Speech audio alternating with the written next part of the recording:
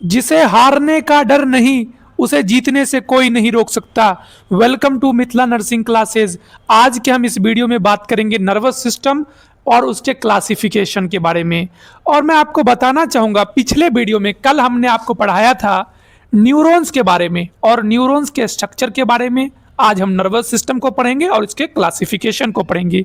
अगर आपको कल का वीडियो देखना है तो आप हमारे प्लेलिस्ट में जाएं, जीएनएम और बीएससी नर्सिंग बेसिक एनाटॉमी में आपको जाकर मिल जाएगा। आइए चलते हैं, आज हम बात करेंगे किसके ऊपर? नर्वस सिस्टम के ऊपर बात करेंगे। तो nervous system is highly advance network of specialised cell called neurons. Nervous system जो है एक एडवांस नेटवर्क है, किसका? न्यूरॉन्स का। With the help of millions neuron, nervous system coordinate the body function and transmit signal between the different body part। ये एक coordination system है, coordinate करता है। इसमें मिलियंस ऑफ न्यूरॉन जो है एक साथ वर्क करते हैं और कई सारे फंक्शन को क्या करते हैं? हैंडल करते हैं, जो कि हमारे different part of the body में इसका क्या होता है? ऑर्गेनाइज्ड होता है। अब हम इसके क्लास, ये तो हो गया आपका इंट्रोडक्शन। अब एग्जाम में अगर 10 नंबर के मार्क्स में आ गया कि आप न्यूरॉन्स को लिखो और एक नर्वस सिस्टम के बारे में लिखो और उसके क्लासिफिकेशन के बारे में लिखो।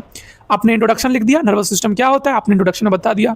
क्लासिफिकेशन में आपको एक फ्लो चार्ट बनाना है। फ्लो चार्ट इस तरह से ही बनेगा।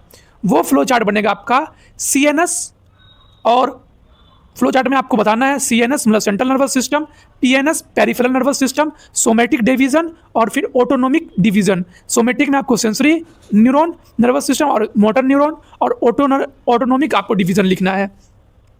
तो इस तरह से हम बात करेंगे। अब जो है एक एक करके हम डिस्कशन करने से पहले हम एक चीज़ बता देते हैं। नर्वस सिस्टम दो भागों में बट गया। एक तो सीएनएस हो गया जो कि सेंट्रल नर्वस सिस्टम, सबको पता होता है बच्चे को। एक चीज़ ये भी आपको पता होगा कि सीएनएस के अंदर जो है ब्रेन आता है और स्पाइनल कोड आता है जो कि सेंट्रल होता है। पेरिफेरल नर्वस सिस्टम जो है उसके अंदर 12 क्रेनियल नर्व्स आएंगे और 31 स्पाइनल नर्व्स आते हैं, ये भी आपको पता है, ठीक है। और उसके बाद जो है ये जो है पीएनएस आपका सोमेटिक में और ऑटोनोमिक क्लासिफिकेशन में बढ़ जाता है, मतलब सोमेटिक नर्वस सिस्टम और ऑटोनोमिक नर्वस सिस्टम। सोमेटिक के अंदर आपका सेंसरी नर्वस सिस्टम और मोटर नर्वस सिस्टम आता है। अब थोड़ा और डिटेल में घुसते हैं। The nervous system can be classified into 2 division, central और पेरिफेरल। सेंट्रल नर्वस सिस्टम को पहले पढ़ लेते हैं, पहले इस चीज़ को पढ़ेंगे, पहले इधर वाले पार्ट को पढ़ेंगे, है ना। ये वाला पार्ट थोड़ा सा लेंदी है और थोड़ा समझने में भी इंटरेस्टिंग होगा, तो थोड़ा रुक के पहले इजी वाले को पढ़ लेते हैं। Central nervous system, the brain is the central organ of the nervous system responsible for processing information, controlling bodily function and coordinating responses to stimuli। जो भी स्टिमुलाई आता है उसके लिए रिस्पॉन्स करता है और ये हमारा मेन सेंट्रल ऑर्गन है। फिर इसके अंदर जो है ब्रेन आ गया, ब्रेन को हमने डिफाइन कर दिया। फिर आता है स्पाइनल कोड, जो कि अब स्पाइनल कोड को हम डिफाइन करेंगे। The spinal cord is the long tabular structure that extended from brainstem and run down the vertebral column. It serves as a pathway for transmitting signal between the brain and the rest of the body। ये भी आपको समझ में आ गया होगा। फिर उसके बाद आता है पेरिफेरल नर्वस सिस्टम। अब पेरिफेरल नर्वस सिस्टम को समझ लेते हैं। पेरिफेरल नर्वस सिस्टम पीएनएस, जो कि 2 भागों में बटा है, ऑटोनोमिक और सोमेटिक। अब ऑटोनोमिक को थोड़ा डिटेल में पढ़ो। ऑटोनोमिक में क्या आता है? सिंपैथेटिक और पैरासिम्पैथेटिक। अब इसको हम समझेंगे। Sensory nerve fibre carry different impulse from the sensory end organ to the brain, while the motor nerve fiber convey different impulse from the brain it effector organ through the spinal cord as skeletal muscles, smooth muscles and glands। अब थोड़ा समझो, इसने क्या किया? Autonomic system को एक बार में बता दिया। देखो क्या बताया, मैं यहाँ पर ले जाकर आपको बता रहा हूँ। सेंसरी, जो भी हम सेंसरी ऑर्गन से जो भी हम चीज़ को परसेप्शन करते हैं, जैसे देखो आँख से हम देखते हैं, कान से हम सुनते हैं, स्किन से हम टच का फीलिंग करते हैं। तो ये सारा चीज़ जो भी हमारा इम्पल्स है वो हमारा सेंसरी ऑर्गन से जाता है और मोटर न्यूरॉन जो है वो हमसे काम करवाता है। अब जैसे हमें हाथ को हिलाना है तो मोटर न्यूरॉन अपना काम कर रहा है। तो आप समझ गए पीएनएस में जो सोमेटिक डिवीजन क्या करता है? सेंसरी ऑर्गन वाला काम और मोटर नर्व वाला काम। और सबसे इंपॉर्टेंट, और जब बच्चा हमेशा कन्फ्यूजन हो जाता है, मैं कहता हूँ अगर 2 मिनट मेरी बात को सुन लिए तो जिंदगी भर ये आता रहेगा आपको ऑटोनोमिक नर्वस सिस्टम। आप हमेशा कन्फ्यूज होंगे, मेरे से लिख के ले लो। अगर इस वीडियो को जो नहीं देखा उससे आप पूछ लेना, ऑटोनोमिक नर्वस सिस्टम में पैरासिटिक नर्वस सिस्टम किसको कहते हैं। और जो है यहाँ पर आप देख सकते हो सिंपैथेटिक नर्वस सिस्टम किसको बोलते हैं? ये दो में बच्चे इतना कंफ्यूज होते हैं कि आप पूछ नहीं सकते। देखिए अब मैं बता देता हूँ। The autonomic regulates involuntary bodily function such as heart rate. It is further divided into the sympathetic nervous system and parasympathetic nervous system which have opposing effect, जिसका जो है इफेक्ट भी अपोजिट हो जाता है, दोनों का अपोजिट है। सबसे पहले तो ये समझ लिए हमने कि ऑटोनोमिक नर्वस सिस्टम ऐसे सिस्टम को कंट्रोल करता है जो कि हमारे कंट्रोल में नहीं है, जैसे हार्ट का बीट करना। अब हार्ट दिल धड़कना हमारे कंट्रोल में थोड़ी है कि कब धड़कना कब नहीं, वो तो ऑटोनोमिक है, अपना ऑटोनोमिक धड़कता है, जब रुकेगा तो हम चले ही जाएंगे, समझ लो। सोमेटिक नर्वस सिस्टम अब बता रहा है। Somatic nervous system is the part of PNS, peripheral nervous system, voluntary movement and sensory perception. It include motor neuron that control skeletal muscles and sensory neuron for touch, pain and sensory। ये तो ऊपर वाला autonomic यहाँ से start हो रहा है। Sympathetic nervous system को यहाँ बात करेंगे। सिंपैथेटिक नर्वस सिस्टम का फंक्शन कब होता है? एक्टिवेटेड इन फाइट और flight mode.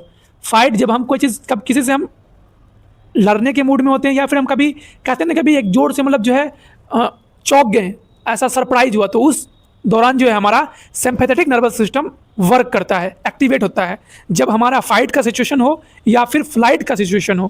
Preparing the body for intense physical activity. जैसे हमें कह दिया कि अर्थक्वेक आ गया, तो भैया हमारा ऑटोनोमिक नर्वस सिस्टम उस समय ऑन हो जाता है और हम कुछ नहीं सुनते, भाई भागो, घर से निकल के भागो। इसमें क्या होता है? न्यूरोट्रांसमीटर मेनली रिलीज होता है नोरोनेफ्रिन। हमेशा पूछा जाएगा विच न्यूरोट्रांसमीटर एक्टिवेट करता है सिंपैथेटिक, आपका जो है सिंपैथेटिक नर्वस सिस्टम को, तो इसमें आपको कहना है नोरोनेफ्रिन।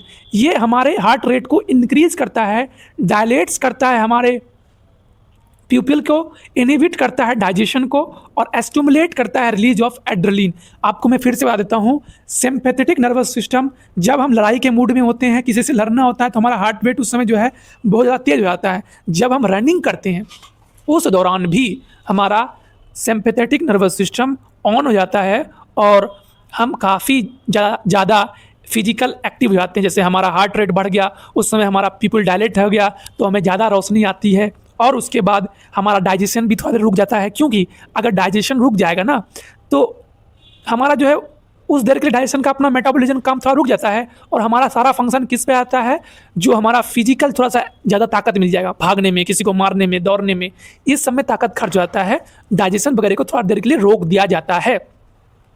डाइजेशन को रोकना, प्यूपिल की डायलेट होना, फाइट और flight mode, sympathetic nervous system भूलना नहीं है। आप अगर आज भूल जाओगे तो मैं आपको यकीन बताता हूँ फिर आपको याद नहीं रह पाएगा।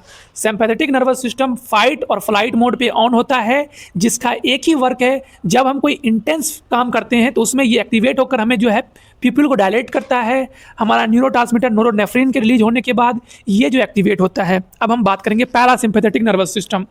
पैरासिम्पैथेटिक नर्वस सिस्टम क्या होता है? ये एक्टिवेट ड्यूरिंग द रेस्ट। जब हम सो रहे होते हैं, जब हम रिलैक्स कर रहे होते हैं, तो हमारा पैरासिम्पैथेटिक नर्वस सिस्टम एक्टिवेट होता है। ये हमारे डाइजेशन को बढ़ा देता है। अक्सर ना जब हम रात में सो जाते हैं, जब हमारा डाइजेशन अच्छे से काम करता है, डाइजेशन पे हमारा बॉडी वर्क करता है, और कहीं पे कोई इंजरी हुई है, कोई डिजीज़ हुआ है, तो उस पर रिकवरी मोड चलता है। ये जो हमारा न्यूरोट्रांसमीटर है वो हमारा एसिटाइलिन कोलिन के ऊपर वर्क करता है। एसिटाइलिन कोलिन की मात्रा अगर हमारे बॉडी में रिलीज होगी तो हम जो है, हमें रेस्टलेस आ जाएगा, फीलिंग सुस्ती सा आ जाएगा, हमें सोने का मन करेगा, हमें जो है बिल्कुल सलीवा का सिक्रेशन होने लगेगा, हम रेस्ट में चले जाएंगे। इसमें क्या होता है? हार्ट रेट स्लो हो जाता है, क्योंकि हार्ट को इतना जल्दी काम करने की ज़रूरत है नहीं, क्योंकि ऐसा कोई काम हो ही नहीं रहा। जब हमें बॉडी को लग रहा है कि हम रेस्ट में जा रहे हैं, और ये हमारा एसिटाइलिन कोलिन यही काम करता है, कॉन्स्ट्रिक्ट करता है प्यूपिल को हमें कॉन्स्ट्रिक्ट कर देता है, एस्टिमुलेट कर देता है डाइजेशन को, डाइजेशन इसमें फास्ट हो जाता है, प्रमोट कर देता है न्यूट्रिएंट को, न्यूट्रिएंट ऑब्जर्वेशन जो है, ऑब्जर्व जो एब्जॉर्ब होता है, न्यूट्रिएंट एब्जॉर्ब जो होता है हमारे इंटेस्टाइन से, उसकी भी जो है रेट बढ़ जाती है। और हम कहें आपको, तो ये हमारा बात हुआ, यही तो हम बताना चाहते थे।